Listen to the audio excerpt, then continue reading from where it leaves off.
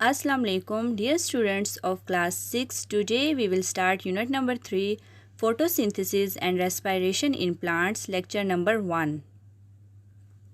Student outcomes. After studying the topic, students will be able to describe the process of photosynthesis. Students will also be able to describe the different parts of the plants that are participating in making food. Let's start our topic, that is photosynthesis. Students, तमाम living organisms को ज़िंदा रहने के लिए food की ज़रूरत होती है। जैसे अगर एनिमल्स को खाने के लिए कुछ ना मिले तो वो मर जाएंगे, ऐसे ही प्लांट्स को भी ज़िंदा रहने के लिए फ़ूड की ज़रूरत होती है। प्लांट्स अपनी फ़ूड खुद बना सकते हैं और जिस प्रोसेस के थ्रू प्लांट्स अपनी फ़ूड खुद बनाते हैं उसे कहते हैं फ़ोटोसिंथेसिस। इसी को आज हम डिटेल के साथ स्टडी करेंगे।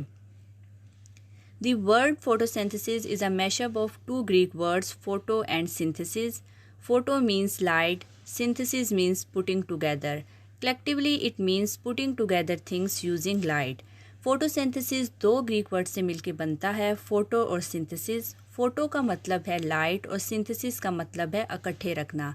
तो इसका मतलब ये हुआ कि लाइट की मदद से, लाइट को यूज़ करते हुए चीज़ों को इकट्ठे रखना। डेफिनेशन। अब हम डिस्कस करते हैं फोटोसिंथेसिस की डेफिनेशन को। Photosynthesis is the process by which plants capture sunlight which they use to change carbon dioxide and water into glucose. Glucose is form of sugar that is used by most living beings as a source of energy, conversion of light energy into chemical energy.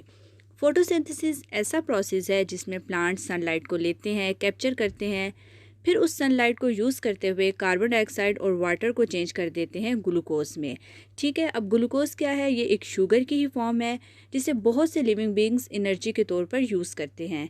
हम ऐसे भी कह सकते हैं कि photosynthesis ऐसा process है जिसमें लाइट एनर्जी कन्वर्ट हो जाती है केमिकल एनर्जी में in the form of sugars. How plants make glucose. अब हमने डिस्कस करना है कि प्लांट्स ग्लूकोज कैसे बनाते हैं। Plants need light from sun, carbon dioxide from air, water from the ground.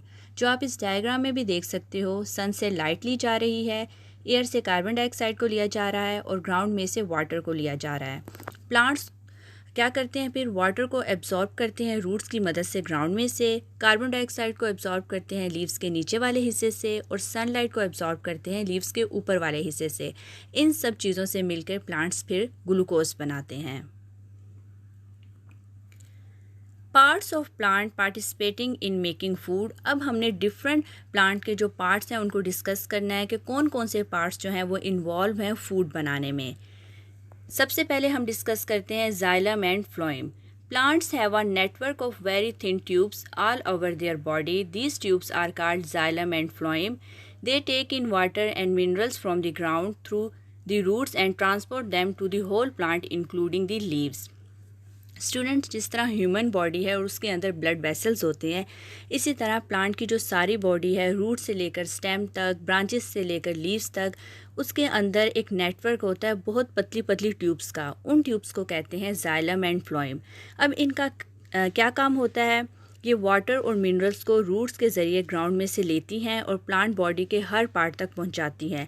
Xylem क्या करता है? बेसिकली जाइलम जो है वो वाटर की कंडक्शन करता है, वाटर को प्लांट बॉडी के हर पार्ट तक पहुंचाता है।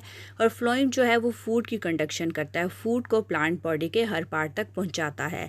डायग्राम में आपको जाइलम और फ्लोएम नज़र भी आ रहे हैं। इस तरह लंबी लंबी थिन सी ट्यूब्स होती हैं और ये ट्रांसपोर्ट करती हैं फूड को और वाटर को।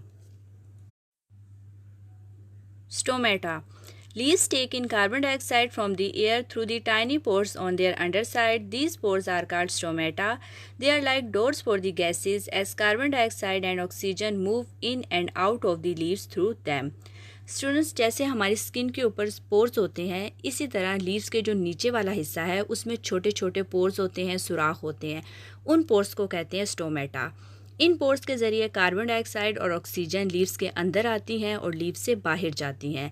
तो ये स्टोमेटा डोर्स की तरह काम करते हैं कि इन्हीं से गुजरकर गैसेस लीव्स के अंदर और बाहर मूव करती हैं। Chloroplast. Inside leaf cells, there is a structure called chloroplast. It contains a green chemical called chlorophyll, which gives leaves their green color. In order to take photosynthesis, chloroplast needs to collect all the three ingredients: sunlight, water, and carbon dioxide. Students, leaf के sales के अंदर एक structure present है, उस structure को कहते हैं chloroplast. जैसा कि आप इस डायग्राम में भी देख सकते हो, इस तरह का स्ट्रक्चर होता है, उसको कहते हैं क्लोरोप्लास्ट। इस क्लोरोप्लास्ट के अंदर एक ग्रीन पिगमेंट प्रेजेंट है और उस पिगमेंट का नाम है क्लोरोफिल। इसी क्लोरोफिल की वजह से प्लांट्स के जो लीव्स हैं उनका कलर ग्रीन होता है।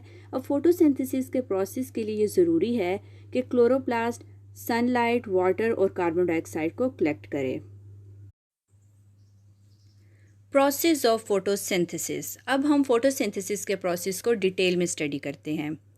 सनलाइट की प्रेजेंस में जैसे ही कार्बन डाइऑक्साइड और वाटर क्लोरोप्लास्ट तक पहुंच जाते हैं तो फोटोसिंथेसिस का प्रोसेस स्टार्ट हो जाता है। The following reaction takes place in the leaves. फिर लीव्स के अंदर एक रिएक्शन होता है जिसमें carbon dioxide plus water plus sunlight ये आपस में रिएक्ट करते हैं और प्रोडक्ट्स में हमारे पास बनता है ऑक्सीजन एंड ग्लूकोज। जैसा कि आप इस डायग्राम में भी देख सकते हो, रूट्स के ज़रिए से ग्राउंड में से वाटर को एब्जॉर्ब किया जा रहा है, एयर में से कार्बन डाइऑक्साइड को लिया जा रहा है और सनलाइट जो प्लांट्स के लीव्स हैं उनके ऊपर पड़ रही है। इन सब से फोटोसिंथेसिस का प्रोसेस स्टार्ट हो जाता है और प्रोडक्ट्स में हमारे पास बनता है oxygen and glucose. Glucose is used by the plants for their functioning. Some amount is stored in leaves in the form of starch. A portion of this extra glucose is also stored in the roots of plants and used to sustain the plant when there is no sunlight. Oxygen, the other product of this process, is given out into air through the stomata. अब glucose को plants अपने different functions को perform करने के लिए use करते हैं। कुछ अमाउंट ग्लूकोज की प्लांट्स स्टोर कर लेते हैं अपने लीव्स में in the form of starch और इसी तरह कुछ अमाउंट वो रूट्स में भी स्टोर कर लेते हैं। अब ये जो एक्स्ट्रा ग्लूकोज है प्लांट उस वक्त यूज़ करते हैं जब सनलाइट नहीं होती। अब जो दूसरा प्रोडक्ट बना था ऑक्सीजन, वो स्टोमेटा के ज़रिए एयर में रिलीज़ हो जाती है और उसको जितने भी लिविंग ऑर्गेनिजम्स हैं वो फिर यूज़ करते हैं। A few exceptions. There are some plants which do not need the process of photosynthesis to grow. For example, mushrooms, Venus flytrap, etc. Mushrooms get their food from the ground and their surroundings. Venus flytrap traps small insects which come near their leaves and consume them. अब कुछ plants ऐसे हैं जिनको grow करने के लिए photosynthesis के process की ज़रूरत नहीं होती, जैसे mushrooms, Venus fly trap. Mushrooms के अंदर क्लोरोफिल नहीं होता और वो अपनी फ़ूड खुद नहीं बना सकती, वो अपनी फ़ूड को ग्राउंड और अपनी सराउंडिंग्स में से एब्जॉर्ब करती हैं।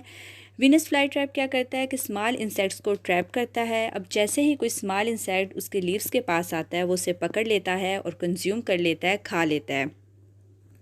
आप डायग्राम्स में भी देख सकते हो, फर्स्ट डायग्राम में है मशरूम और सेकंड डायग्राम में दिखाया गया है वीनस फ्लाई ट्रैप।